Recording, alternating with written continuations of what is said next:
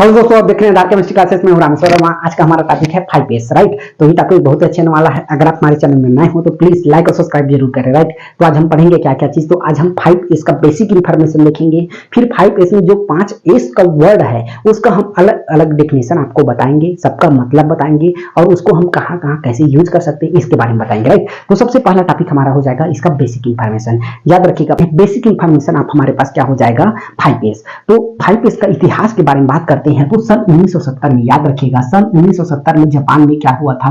Japan का एक हमारे पास क्या था, टोयोटा मोटर्स, याद रखिएगा मोटर्स कंपनी था। मोटर्स कंपनी था जहां पे क्या किया गया था 5s को अप्लाई किया गया था। याद रखिएगा 5s को यहीं पे क्या किया गया था, अप्लाई किया गया था। इसीलिए याद रखिएगा जापान को 5s का जनक माना जाता है।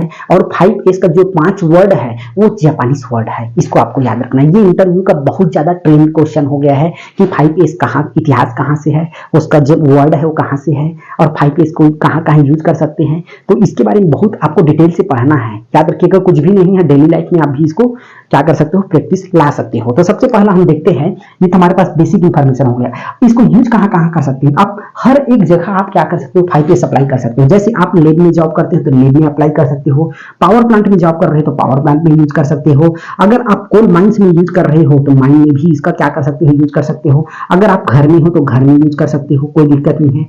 ऑफिस में जॉब कर रहे हो तो ऑफिस में इसका क्या कर सकते हो, यूज कर सकते हो।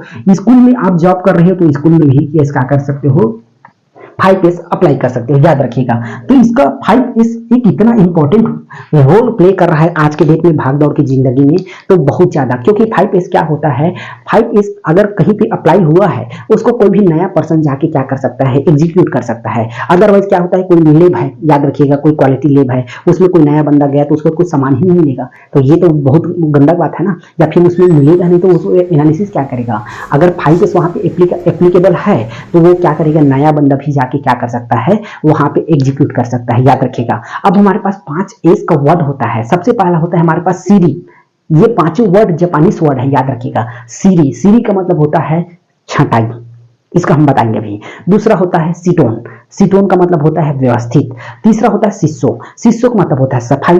और चौथा होता है शिशुके, ठीक, इसका मतलब होता है मानकीकरण। फिर लास्ट होता है शिशुके।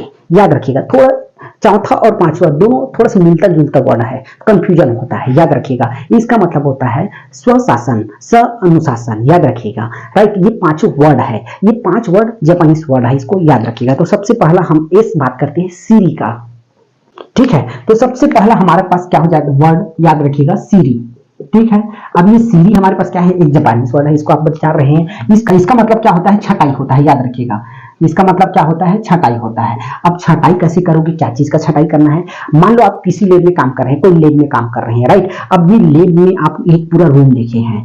अब लेब में पूरा क्या है, पूरा कचरा जैसा सब कुछ भरा है एक ही जगह। मान लो हमारे पास क्या है, एक ट्रे जैसा है, एक हमारे पास क्या हो गया है, एक टेबल बन गया है। इस टेबल में देखते हैं तो कहीं पे एसिड पड़ा है, कहीं पे बेस का सॉल्यूशन पड़ा है, कहीं पे इंडिकेटर पड़ा है, कहीं पे कोनिकल फ्लास्क पड़ा है, कहीं पे बीकर पड़ा है, ठीक, और कहीं पे पीपेट पड़ा है, कहीं पे मेजरिंग सिलेंडर पड़ा है। तो ये दिख रहा है एकदम कचरा जैसा दिख रहा है। मतलब एक ही टेबल है, एक टेबल में पूरा सब कुछ पड़ा है।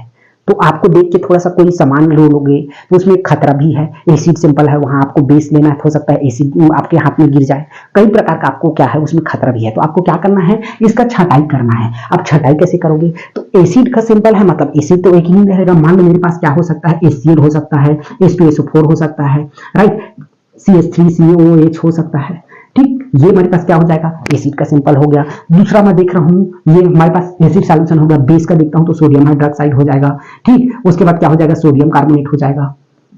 ये सोडियम कार्बोनेट, मैग्नीशियम हाइड्रोक्साइड, ये सब मेरे पास क्या है, ये टेबल में ही पड़ा है। याद रखिएगा उस टेबल में ही पड़ा है। इसको मेरे को क्या करना है, छांटना है। मैंने पहले पर क्या कर दिया, छटाई कर दिया, जितना एसिड सिंपल था उसको छांट लिया।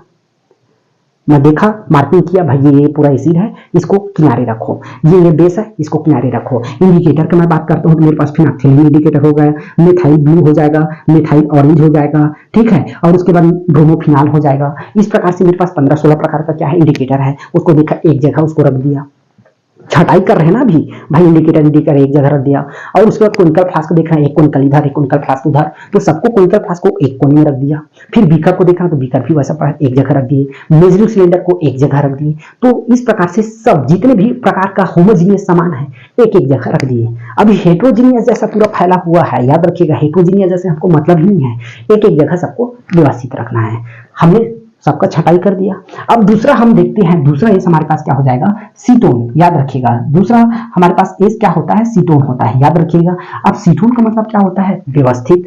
आपने भाई छटाई तो कर लिया, पूरा एसिड को छांट लिया, बेस को छांट लिया, इंडिकेटर को भी छांट लिया। अब क्या करना है, इसको व्यवस्थित रखना है। मेरे पास एक टेबल है, अब टेबल खाली है तो टेबल को मेरे को क्या करना है, अलग से छटाना है। तो मान लो मैं क्या कर दिया, यहाँ पे एसिड को व्यवस्थित कर दिया, फिर यहाँ पे मान लो मैं बेस से को वो कर दिया, ठीक है, बेस को व्यवस्थित कर दिया।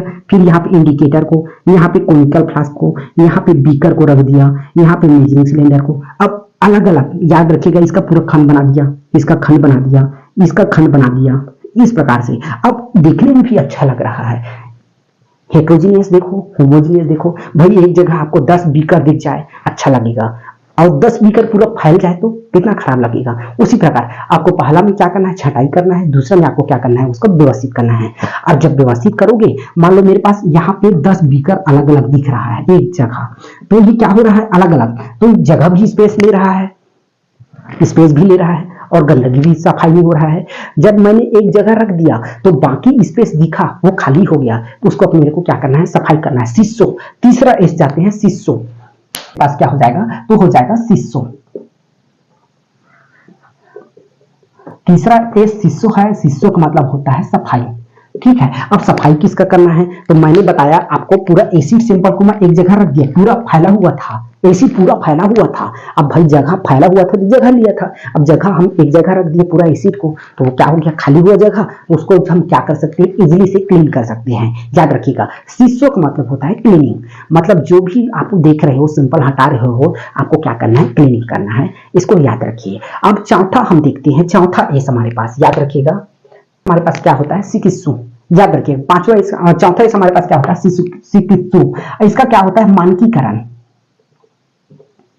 मानकीकरण का मतलब क्या होता है, अब मैंने यहाँ पे एसिड तो रख दिया, मान लो मेरे पास ये पूरा क्या हो गया, एसिड हो गया। अब एसिड अब हो गया तो भाई कौन सा एसिड ज्यादा यूज हो रहा है लैब में, इसको भी तो आपको देखना है। तो मान लो मेरे पास सबसे ज्यादा यूज हो रहा है, मान लो HCl, तो सबसे पहला में मेरे को HCl रखना है। दूसरा में क्या करना है, मान लो मेरे पास क्या हो रहा है, H2SO4 यूज हो रहा है। तीसरा में मैं देख रहा हूं तो मेरे पास क्या हो रहा है, एसिटिक एसिड यूज हो रहा है।